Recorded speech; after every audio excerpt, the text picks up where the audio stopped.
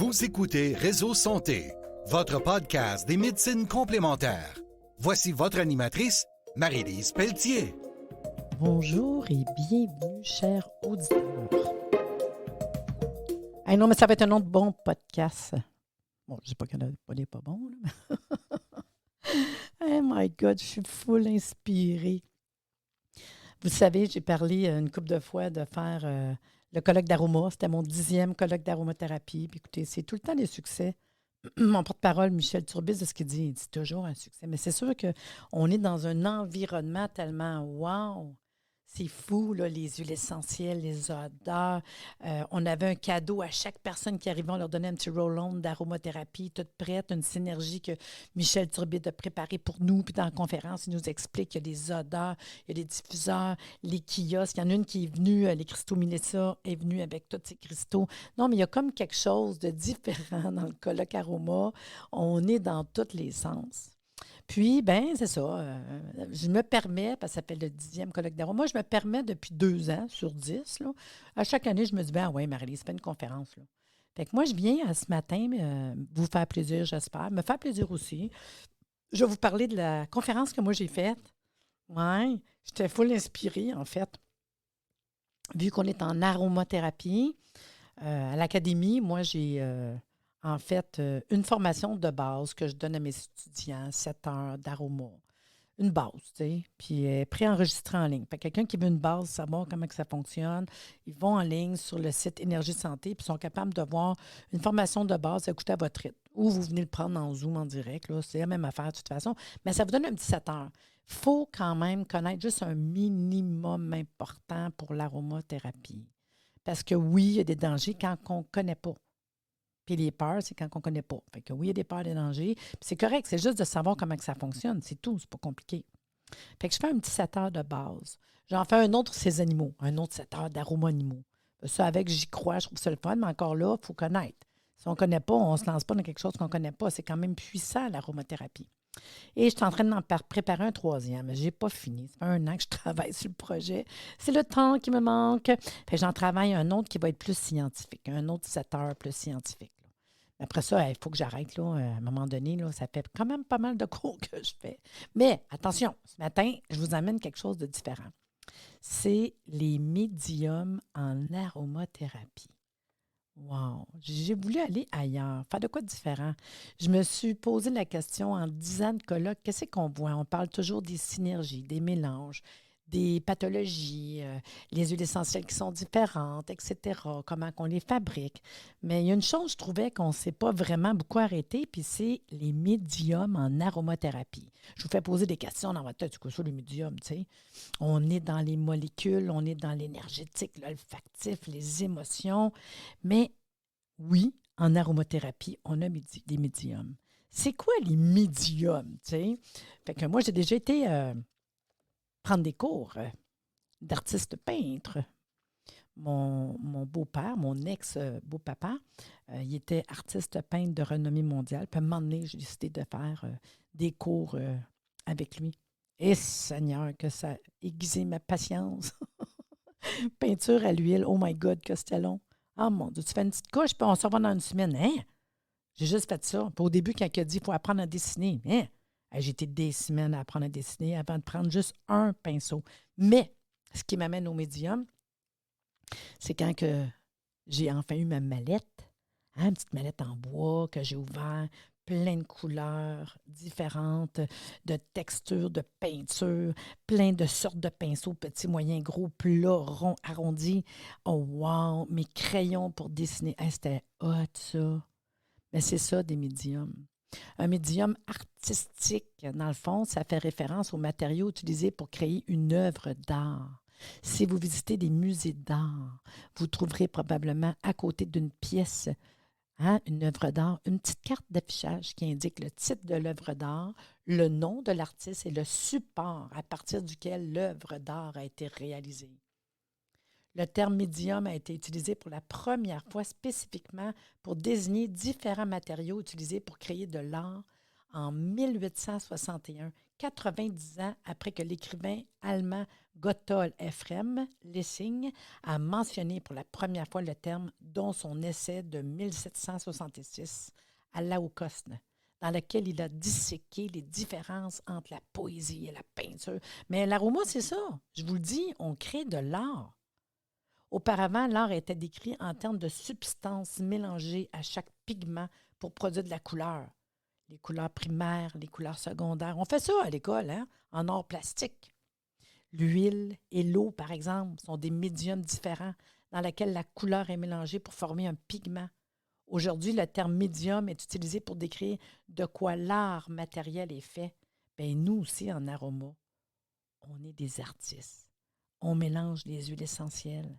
Moi, la nuit, là, comme ça m'est arrivé, là, hein, je m'endors pas, je suis tout énervée à cause du colloque, puis c'est sûr, c'est pas un énervement pas le fun, c'est un énervement le fun.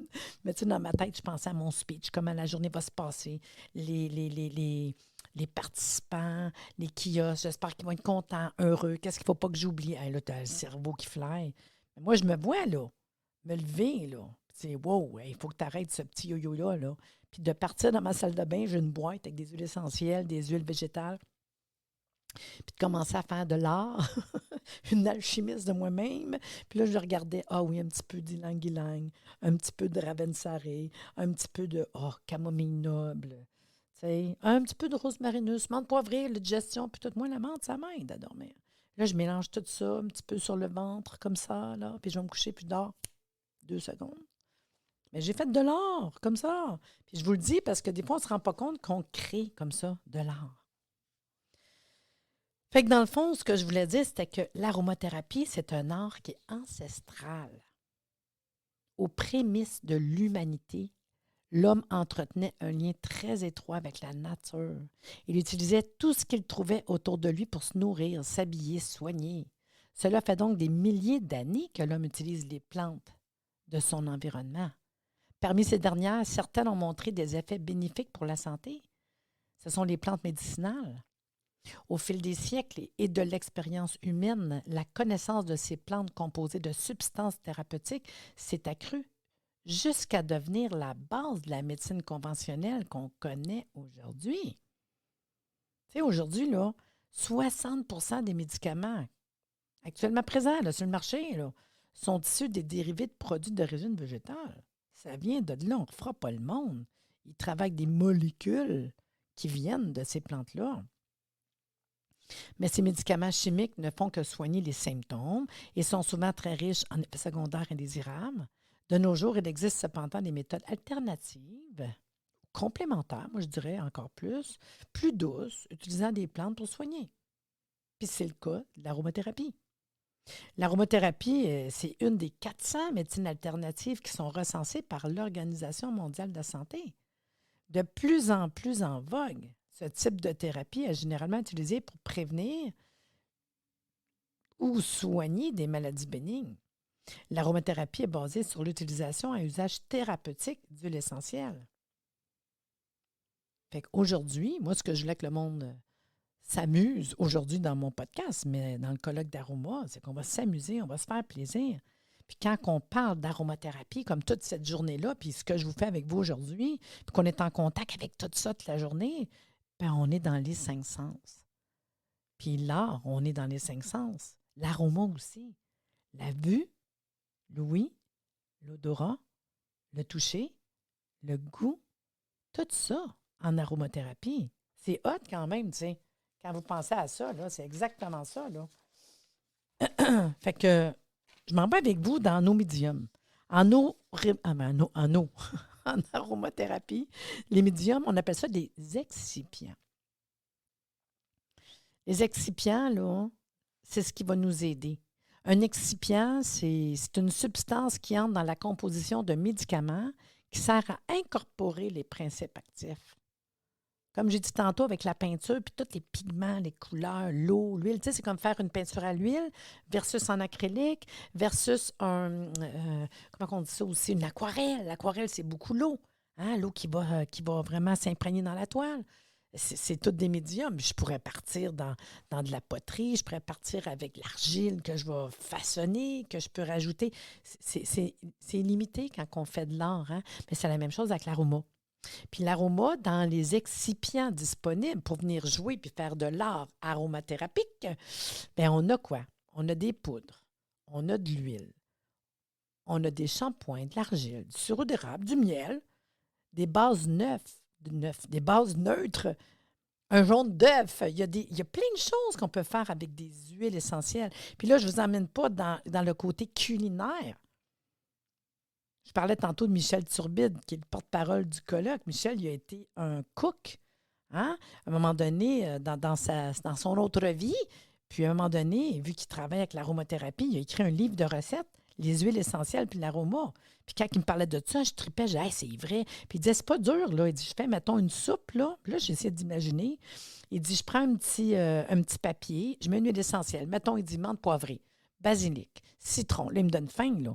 Puis il dit, je mets une goutte dessus, puis je vais le passer juste en haut de mon plat de soupe, hein, mon chaudron de soupe. Puis je mets l'huile essentielle par-dessus, pas dedans. Puis là, je sens l'arôme. Puis je regarde si ça a l'air à rentrer avec l'odeur. On est dans les odeurs. Puis il dit, quand ça me parle, bien, j'en mets quelques gouttes dans ma soupe. Puis après ça, il me parle dans une sauce. C'est vrai que dans une sauce, pour un gigot d'agneau, on jase, là. Tu pourrais mettre de la menthe poivrée, justement. La menthe va très bien avec. Je peux mettre du romarin dans n'importe quelle viande. Tu sais, c'est hot. Petite goutte de romarin. Hey, là, fait que là, je me suis mis à triper, même avec les eaux florales. Une eau florale dans une sauce à salade. Une eau florale dans un dessert. Une huile essentielle dans un crémage à gâteau. Non, mais là, on peut jaser, là. Fait que les possibilités, il y en a plein quand on parle de l'art en aromathérapie. Si on parle des excipients dans les voies internes, moi, je m'arrête souvent dans le miel, du sirop d'érable, huile végétale. Je trouve ça triste, le monde qui prenne une huile essentielle pure dans la bouche. Vraiment, je trouve ça triste, je vous le dis. Moi, ça me dépasse un peu même. Je vais le dire, ça me dépasse. Parce que c'est très fort, c'est tellement concentré. Les pépilles, ils doivent faire Ah! Ils doivent crier, les papilles. J'en ai vu du monde, ils se mettent une goutte d'huile essentielle pure de menthe sur le petit poignet, puis ils prennent une goutte de même. Ouh! Ah oui, c'est sûr, ton haleine est écœurante. J'ose dire ça. Mais c'est dur pour les papilles gustatives, les muqueuses, Colline. Si vous le mélangez dans de l'huile, ça va être encore mieux. Ça va s'assimiler mieux. Ça va être doux pour vos muqueuses, puis ça va vous coûter moins cher. Ça va faire la même affaire. C'est tellement cher, les huiles essentielles. Mélangez-les à de l'huile. Mélangez de sirop d'érable, à du miel. C'est tout. Juste mettre un petit excipient. Puis allez-y à votre goût. Tu sais, moi, je trouve que vraiment, là, c'est pas nécessaire de prendre ça pur en interne. Premièrement, on ne peut pas prendre grand-chose en interne, il faut faire attention. Je vais vous le dire, là, attention, danger. Si vous ne connaissez pas les huiles essentielles, les familles biochimiques, les molécules aromatiques, allez pas prendre des huiles essentielles en interne sans connaître. Puis moi, souvent, je vous dis, le test. Checkez bien ça.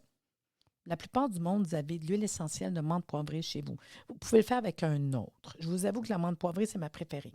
Quand je donne mon cours d'aromathérapie de base, je fais un test, puis je dis, je vais vous faire comprendre pourquoi ce n'est pas nécessaire de le prendre par la bouche. Ça va agir dans votre sang rapidement, même si vous ne le prenez pas par la voie orale. Okay?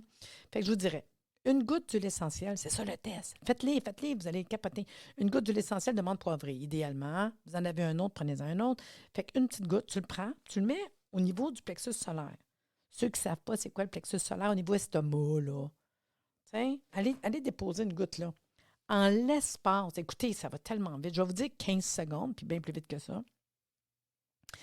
Ça fait le tour. Ça fait le tour dans votre corps. Une goutte là, là. Puis là, je dis aux étudiants, OK, faites comme si tu me ferais sentir ton haleine. De même. Oui, mais là, est-ce que vous sentez le goût de la menthe? Fais-moi. Je vais te sentir, moi, la menthe dans ta bouche. Ben voyons, je ne l'ai même pas mis dans ma bouche. Je le sais. Ça va dans votre sang. C'est tellement puissant qu'une goutte, vous allez avoir l'odeur dans votre bouche en quelques secondes. Même si je suis venue déposer une goutte au niveau de mon plexus solaire, c'est tout. Puis là, il te regarde et dit, c'est vrai, hein? Ben oui!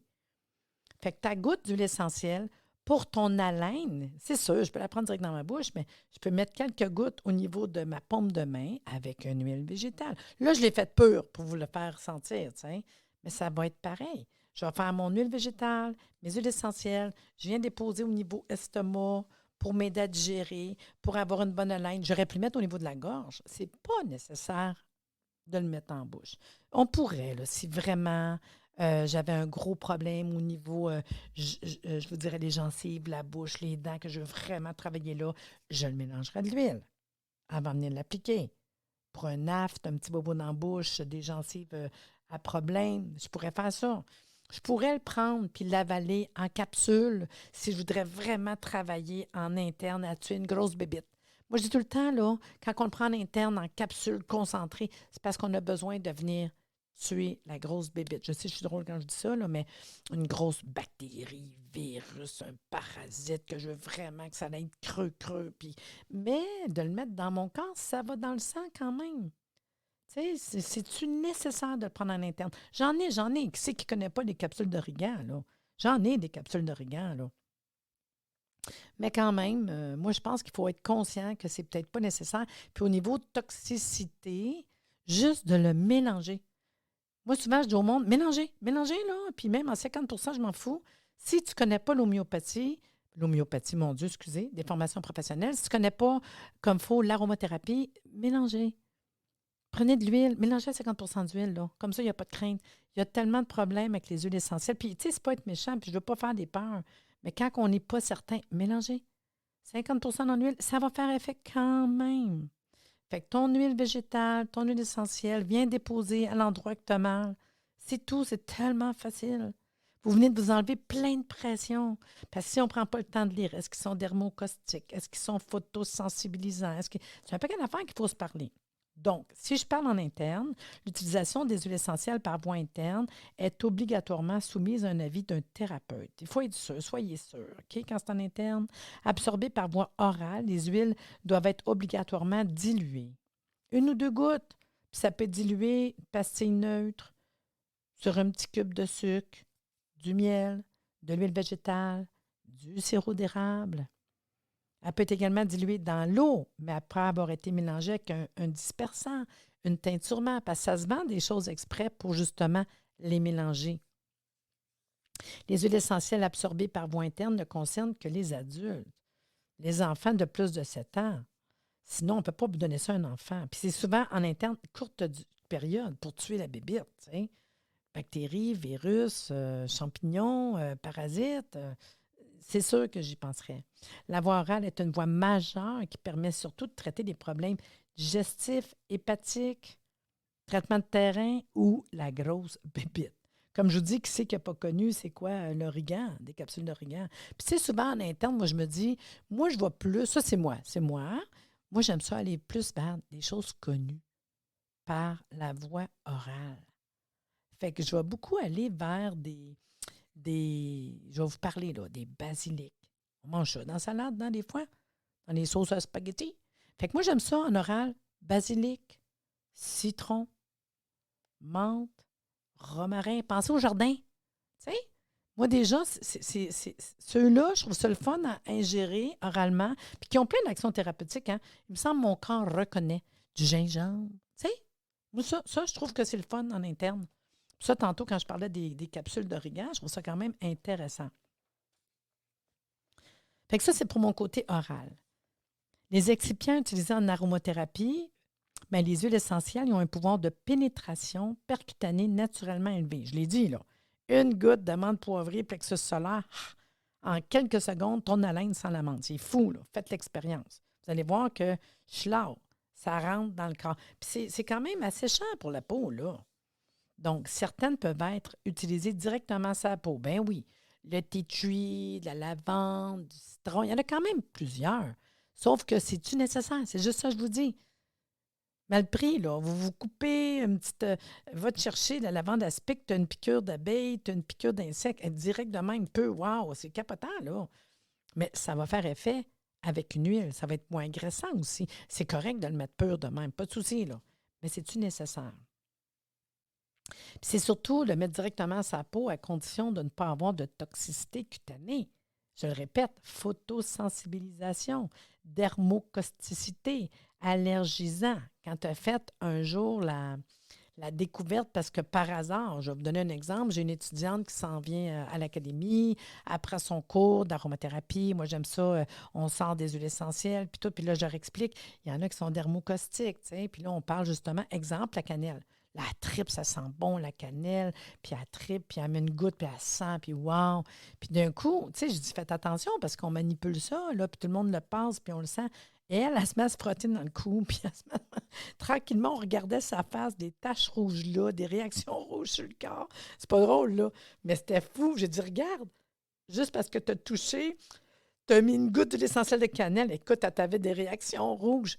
Un des trucs rapides à faire, c'est d'aller mettre de l'huile végétale dessus. C'est tout. J'ai sorti une bouteille d'huile végétale que j'ai toujours avec mes huiles essentielles parce que si ça arrive que vous avez des réactions avec une huile essentielle, dépêchez-vous à mettre un corps gras. Tu n'as pas d'huile végétale, va me chercher, voyons donc, de l'huile d'olive, tournesol dans le frigidaire, du beurre, au pire de la margarine. Donnez-moi de quoi de gras. Hein? Puis si vous mettez de quoi de gras dessus, fiou. Puis même si ça irait près des muqueuses, même près d'un œil, c'est sûr que je mettrais une huile. C'est la seule manière. Et c'est pour ça que je répète, ayez pas peur d'aller chercher un excipient pour travailler avec vos huiles végétales, vos huiles essentielles. C'est tellement important. Puis surtout, le plus important, c'est de ne pas les mettre, l'huile essentielle, en contact avec les muqueuses. Nasale, auriculaire, vaginale, oh my God, à moins que ça soit extra dilué. Mais tu sais, les yeux, non, là, franchement, il faut vraiment faire attention. En dehors de ces conditions, on recommande de les incorporer dans diverses formes galéniques avec des excipients. Fait que pourquoi pur? Est-ce que c'est vraiment, mais vraiment nécessaire?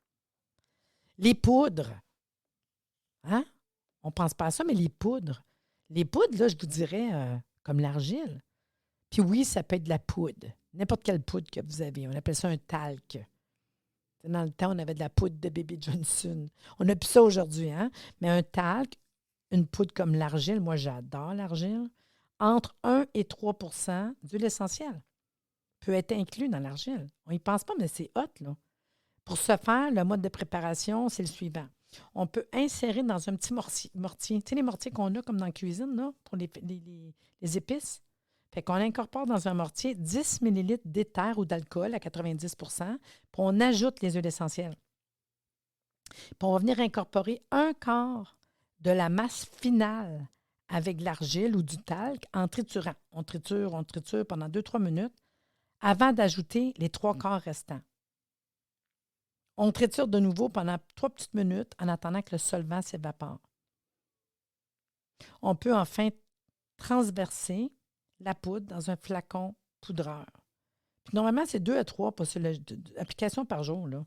Puis là, tu te dis, mais là, pourquoi de la poudre? Pourquoi de l'argile? Attendez, là, si je te parle d'une brûlure, tu ne veux pas que je te touche. Brûlure. L'argile, c'est incroyablement cicatrisant, ça apaise, ça aide énormément. Mais si tu es venu mettre ton huile essentielle à l'intérieur, tu as doublement, comme de la lavande. Mettons, quand je parle d'une brûlure, lavande, ça serait intéressant. Une lavande du langustifolia, exemple, qu'on connaît toutes de base. Ça peut être n'importe quel problème humide, un pied d'athlète, pied d'athlète. C'est quelque chose qui est trop humide pour aller comme enlever l'humidité. Un problème de peau humide, eczéma humide, suintant. Il y a des places que tu ne voudrais pas que je te touche un zona. Je trouve ça intéressant, le côté poudre, pour des choses qui sont comme ça. Fait que, c'est un truc qu'on ne pense pas. Il y a aussi les pâteux et les semi-pâteux, si je peux dire ça. Pâteux, semi-pâteux. Il est possible de réaliser des préparations occlusives avec la vaseline. Je sais que je fais ordinaire en disant vaseline. Mais mon client, quand il m'appelle, là, puis qu'il me dit qu'est-ce que je peux faire, puis je te dis de la vaseline chez vous. Il y en a qui ont ça. Qu'est-ce que vous voulez? Mais de la vaseline, ça reste que c'est un bon médium, puis ça se tient super bien au niveau du corps. Tu sais, ça reste comme beurre. La vaseline, ça reste là. Mais ça peut être la lanoline aussi. Puis elle contient généralement entre 2 et 5 de l'essentiel et sont particulièrement utilisées pour les applications au niveau des muqueuses et des plaies. C'est une plaie, des problèmes de muqueuses, de la vaseline, de la lanoline. Mettons, tu as de quoi au niveau, je ne sais pas, les lèvres. Tu sais, Mais quand tu as quelque chose comme une vaseline, mais au niveau de tes lèvres qui sont secs, là, c'est quand même intéressant. Dans le cas du traitement des parasitoses ou des doses plus importantes sont nécessaires, on peut aller jusqu'à monter la concentration avec vaseline puis l'anoline à peu près 20 même. Moi, ce que j'aime beaucoup quand je parle pâteux, semi-pâteux, c'est le gel. Les gels comme un gel d'aloès. Tout le monde connaît le côté thérapeutique de l'aloès. Imagine, tu rajoutes un petit peu d'huile essentielle là-dedans. Wow! Préparation plutôt, comme on appelle ça, hydrophiles, sont le plus souvent à base de carbamère à 2 Ils ont la particularité de pénétrer facilement. Tu mets de l'aloès, là, ça rentre dans la peau. Là. Wow! Très utilisé pour les affections respiratoires parce que tu mets ça comme au niveau pulmonaire, ça rentre rapidement. Puis en plus, ça a comme un effet de froid. Tu sais, pas full fret, mais tu sais, quand tu fais le pas, là, un petit peu de quelque chose qui pénètre, qui est un petit peu frais, c'est le fun. Fait que ça pénètre facilement. Fait que les affections respiratoires, les problèmes circulatoires, les jambes lourdes, les varices, tu sais, que c'est froid, que ça va t'aider à rentrer rapidement. Les inflammations, les sportifs adorent les gels parce que ça rentre rapidement dans le corps. Puis l'effet de frais, la limite maximale de leur teneur en huile essentielle, c'est 12 avec l'application d'une petite noix 3 fois par jour à l'endroit qu'on veut. Tu sais, tu as un coup de soleil, là, on va te dire, dans tous mes choix d'excipients, c'est le gel d'aloès. Fait que ton gel d'aloès, moi, souvent, je mets du gel d'aloès dans le fond de ma main, quelques gouttes de mon huile essentielle que je vais venir mettre directement sur mon coup de soleil. C'est hot, là. Imagine si dans ton gel d'aloès, tu mets un petit peu de menthe poivrée qui fait froid. Wow! Jambes lourdes, coup de soleil. Comprenez-vous, je m'en vais avec ça? Tu sais, d'aller chercher de quoi qui va vraiment être encore plus thérapeutique que juste mon gel d'aloès. Le gel d'aloès est aussi très intéressant quand il est question de brûlure, d'inflammation. Tu sais, c'est des choses qu'on ne pense pas, mais tellement, tellement. On pourrait une crème. Hein? Une crème, c'est des émulsions. Souvent, c'était une huile avec de l'eau ou de l'eau avec de l'huile là, qui ne permettent pas l'incorporation de grandes quantités d'huile essentielle. Par contre, c'est plutôt utilisé à des fins dermocosmétiques. L'effet, c'est visible long terme. Mais si tu as besoin de, mettons, je ne sais pas, là, travailler sur les rides, là, tu prends une bonne crème neutre de base, ça se met, ou même ta crème à toi que tu te sers pour ton visage, que tu as rajouté avant de l'appliquer le soir en huile essentielle. Je pourrais nommer l'hélicryse italienne. Exemple, pour les ridules, les rides, la peau régénérée, tu sais. Hein, très intéressant. Tu mets ta crème, direct. Puis, tu sais, ça peut être une crème de base neutre pour faire un massage. Tout le monde pense tout le temps à l'huile, mais une crème, c'est différent sur la peau. Les crèmes de massage, là, c'est essentiel. Une crème, encore plus qu'une huile. C'est correct, là, une ou l'autre. Mais une crème de massage par rapport à l'huile ou un gel de massage, la crème de massage se différencie par des huiles et autres produits de massage par sa texture. Ça pénètre facilement l'épiderme. Puis ça ne laisse pas un film gras à la peau. Des fois, tu te fais masser, tu sens, tu es toute gras. T'sais. Mais ta crème, non. T'sais. Une base neutre, là, on peut les enrichir d'actifs, d'huile essentielle. Mettons exemple comme une crème de base neuve, l'huile essentielle d'arnica pour calmer l'inflammation, des douleurs, un petit peu de lavande pour relaxer, juste dans une crème de base, mettons pour une douleur. Là, c'est intéressant, là. Fait que souvent d'avance pour nos clients, quand on veut leur donner quelque chose, tu sais, un shampoing, c'est un autre excipient intéressant. Tu peux prendre ton shampoing dans le creux de ta main. Mettons, tu as un problème au niveau de ton cuir chevelu. Quelques gouttes d'huile essentielle, on va venir faire ton shampoing, c'est tout. Puis tu laisses pénétrer dans une couple de minutes avant de rincer. C'est intéressant, ça. Puis pour le poil d'animaux, l'air de rien comme ça, des problèmes de poils. Fait que c'est pas mal ça quand je parle des excipients, tu sais. Puis ça reste pareil que les huiles végétales de base. C'est ceux-là qui vont plus nous intéresser pour venir travailler sur le corps. Fait que moi, je voulais surtout vous parler de tout ce qui était les médiums en aromathérapie. J'espère que je vous ai amené un petit quelque chose de plus. Puis ce que je vais faire, ceux que ça l'intéresse, je vais monter un cours sur les excipients, les médiums en aromathérapie, mais je vais pousser plus loin. Je vais vous donner tous les noms des huiles, lesquelles choisir, comment faire. Puis je vais venir vous mettre un cours préenregistré en ligne sur énergiesanté.ca qui va être facile à prendre dans votre rythme. Au moins, vous allez avoir un bon document puis savoir c'est quoi aller chercher, les quantités. Fait que gênez-vous pas si ça vous tente d'en savoir plus. Si je vous ai donné le goût, là, vous allez sur énergiesanté.ca puis vous allez voir Ça va être écrit formation préenregistrée en ligne. Puis vous avez accès à tous les cours que je donne en ligne préenregistrés. Puis je vais aller vous la rajouter, celle-là. Donnez-moi une coupe, peut-être une semaine là, ou deux, le temps de le monter, le préparer. Là. Mais je vous promets de vous mettre ça en ligne. Puis comme ça, vous allez avoir toutes les informations, toutes les huiles que vous pouvez aller chercher de base pour travailler puis faire vos excipients et faire de l'art. J'espère que vous avez aimé ça. C'est le fun, hein? Merci de nous avoir écoutés. Soyez des nôtres tous les mardis à compter de 9h30 pour des entrevues avec un invité différent qui saura vous plaire. Si vous aimez le podcast, abonnez-vous pour être informé et partagez en grand nombre.